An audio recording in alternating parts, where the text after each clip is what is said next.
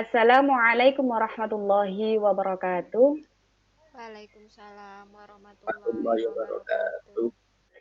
Alhamdulillah, Bapak Ibu sekalian, pada kali ini kita berjumpa lagi dalam Diklat Sekolah Penggerak, yaitu dengan materi apa? Masih ingat Bapak Ibu? Alhamdulillah, pada kali ini kita akan mempelajari materi tentang modul ajar. Apa sih modul ajar itu? Modul ajar itu sebenarnya kalau kita mau gampangnya, kalau dulu di K13 kita sudah mengenal yang namanya RPP, ya. Tapi kalau sekarang di sekolah penggerak kita akan mengenal yang namanya modul ajar. Nanti kita tahu apa sih perbedaannya antara RPP yang kurikulum 13 dengan modul ajar tersebut. Apa yang dinamakan modul ajar? Modul ajar itu adalah sejumlah alat atau sarana media, metode, petunjuk, dan pedoman yang dirancang secara sistematis dan menarik. Sehingga nanti kita pembelajarannya mengikuti alur dari konsep modul ajar tersebut. Modul ajar, kalau kemarin yang RPP, itu hanya konsumsi kita sebagai guru, tetapi kalau modul ajar ini tidak, nanti kita bisa diakses oleh siswa, bisa diakses oleh guru lain, oleh teman-teman kita seperjuangan, guru PAI, nah seperti itu bisa. Mungkin seperti apa sih kita akan mendalami tentang modul ajar tersebut. Saya coba akan berikan modulnya seperti ini, nggih.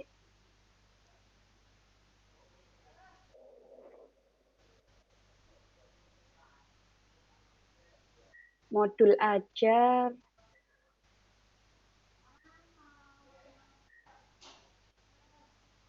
Ada beberapa konsep modul ajar, okay, yang mana nanti di dalam modul ajar tersebut ada 3 komponen yang harus ada di dalamnya. Apa aja yang pertama? Yaitu di sini yang pertama di dalam modul ajar itu harus ada informasi umum. Informasi umum seperti di RPP dulu ada identitas sekolah, ada nama kita, ada nama sekolah kita, dan lain sebagainya. Kemudian ada kompetensi awal. Seperti apa kompetensi awal? Kompetensi awal di sini adalah kompetensi apa yang harus diketahui, yang harus dipunya dulu oleh peserta didik yang akan kita ajar. Seperti itu. Kemudian di dalam modul ajar, pada informasi umum yang nomor 3 ada profil pelajar Pancasila yang tadi sudah dijelaskan oleh Ibu Teti. Di sana di dalam modul ajar itu harus ada yang namanya profil pelajar Pancasila yang sesuai dengan materi yang akan kita ajarkan. Misalkan di dalam satu materi kita bisa mengenalkan profil pelajar Pancasila 1, 2 ataupun sampai 3 profil. Misalnya tentang bab iman kepada Allah. Berarti profil pelajar Pancasila yang akan kita masukkan ke dalam modul ajar tersebut bisa yang nomor 1 beriman kepada Allah, berakhlak mulia, dan juga bisa juga berpikir kritis tentang bagaimana kita caranya beriman kepada malaikat Allah dan sebagainya. Kemudian yang selanjutnya adalah harus di dalam informasi umum harus ada sarana dan prasarana. Apa sih sarana dan prasarana? Kalau dulu kita di RPP itu mengenalnya semacam apa nggih?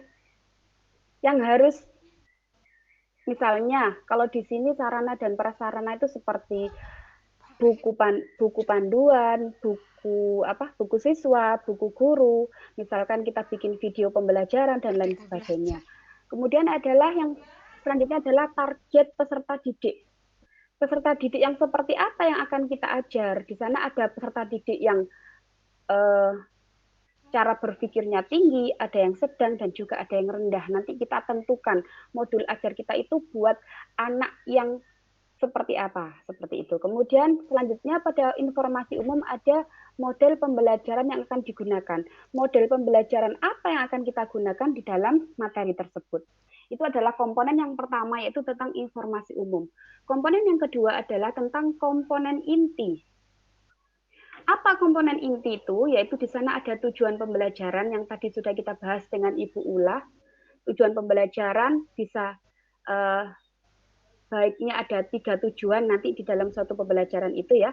Kemudian yang kedua adalah ada pembahasan bermakna di dalam materi itu. Apa sih materi tentang apa? Kemudian makna dari materi itu apa? Seperti itu. Kemudian ada pertanyaan pemantik.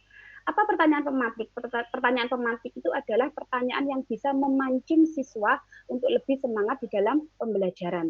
Yang selanjutnya harus ada persiapan pembelajaran supaya anak-anak lebih siap dalam menerima materi. Kemudian harus ada kegiatan pembelajaran seperti di RPP dulu ada kegiatan pendahuluan, ada kegiatan inti dan juga ada kegiatan penutup. Yang selanjutnya setelah ada pembelajaran kita adakan asesmen. Asesmen itu nanti ada 3, ada asesmen diagnostik, ada asesmen apalagi yang kemarin masih ingat Bapak Ibu di pembelajaran asesmen formatif dan juga sumatif, ya. Alhamdulillah Bapak Ibu hebat sekali. Kemudian ada pengayaan dan juga remedial. Untuk siswa yang sudah mencapai nilai yang diinginkan, kita adakan pengayaan, sedangkan siswa yang masih belum di bawah nilainya, maka kita akan adakan remedial. Yang selanjutnya adalah refleksi peserta didik dan refleksi peserta didik dan guru. Itu adalah komponen inti. Setelah komponen informasi umum, komponen inti sekarang ada lampiran. Apa aja lampiran-lampiran yang ada di dalam modul ajar? Yaitu yang pertama adalah lembar kerja peserta didik. Di dalam modul kita harus memberikan lembar kerja peserta didik tentunya yang sesuai dengan materi yang diajarkan di dalam modul ajar tersebut. Kemudian yang kedua adalah adanya bahan bacaan guru dan peserta didik. Bahan bacaan ini kita bisa melampirkan materi tentang bahan ajar tersebut ataupun kita bisa melampirkan link misalnya kita punya link YouTube, kita bisa ngirim di sana video pembelajaran kita ataupun link dari blog yang kita dibuat. Jadi tidak harus kita melampirkan sebuah bacaan yang banyak berlembar-lembar itu di dalam modul ajar. Yang selanjutnya adalah ada glosarium. Apa glosarium? Glosarium adalah semacam kata-kata sulit beserta artinya supaya lebih gampang dipahami oleh siswa. Yang terakhir adalah daftar pustaka. Itulah komponen modul ajar yang di dalam sekolah penggerak. Insya Allah kita akan mulai di tahun ajaran baru depan ya.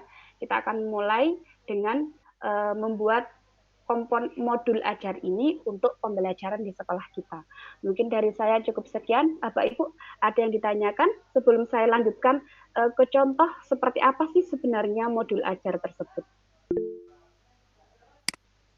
Iya, saya yang monggo bertanya ada boleh yang ya? Saya. Oh, nggih, monggo. Silahkan. Saya dulu ya. Iya, monggo. Ya. Nggih, Pak Saiful, monggo Pak Saiful. Ya, ini Bu. Tadi Ibu menyebutkan bahwasanya modul ajar kalau itu namanya RPP, gitu ya Bu ya? Iya. Mungkin lebih gampangnya ngoten Pak. Ya. Kalau sebutnya mudah-mudahan tidak salah. Nah, sekarang apa itu? Di dalam modul ajar ini kan dengan RPP itu hampir sama gitu ya. Yang jadi permasalahan itu apa sih yang melengkapi modul ajar itu ketimbang dengan RPP yang pernah kita bahas di K13 atau yang KTSP gitu. Itu. Ya. Iya. Mungkin kalau ada yang mau menjawab, mungkin ibu-ibu yang lain silakan. Apa sih yang membedakan dari RPP dan modul ajar yang sebentar lagi kita akan laksanakan di sekolah penggerak ini? Oh, mungkin modul ajar lebih tebal, RPP lebih tipis atau seperti apa? Mungkin Bapak, ibu-ibu yang lain komponennya. Mungkin komponennya lebih lengkap ya, Bu Ulang ya. Komponen di dalam modul ajar. Mungkin kalau dulu di dalam RPP kita tidak harus meletakkan bahan bacaan siswa dan guru. Kalau sekarang kita harus meletakkan bahan ajar siswa dan guru. Karakteristik itu dulu kan tidak ditentukan dan sangat banyak sekali tadi seperti kan dikatakan Bu Teti, tapi sekarang untuk profil pelajar Pancasila itu harus ditaruh, harus diinkludkan di dalam modul ajar tersebut. Dan juga makin kompleks, ada apa tadi, awal pemahaman awal siswa dan lain sebagainya. Ada glosarium, kemarin di RPP kita nggak ada glosarium, nggak ada kata apa terakhir itu daftar pustaka, nggak ada. Mungkin ini lebih kompleks lagi. Kalau masalah tebal atau tidaknya, mungkin modul ajar itu lebih tebal nih daripada yang RPP. Padahal saya sangat senang sekali kemarin ketika kita boleh menggunakan RPP 1 lembar. Kira-kira Ibu gimana? Iya, nanti kembali lagi banyak ini Bu tugasnya. Iya. Sebenarnya tadi kembali juga lagi banyak ini. Ini sebetulnya intinya monggo. Iya, Bu Teti. Bula. Iya, sebetulnya ini kegelisahan saya juga sebetulnya ya. Kemarin sudah diberikan RPP 1 lembar gitu, sudah seneng ya, ini angin segar buat kita. Seneng. Kok malah sekarang jadi disuruh bikin yang seperti ini, kok malah yang lebih kompleks itu. Katanya kok penyederhanaannya di mana? Ini sepertinya kok semakin lebih berat ini, Bu. Bikin modul aja. Iya. Mungkin ini keluhan saja mungkin ya. Butet. Ini keluhan, mungkin bisa disampaikan ini keluhan kepada fasilitator, kepada Bu Zuhroh. Kami sebagai peserta mengeluhkan.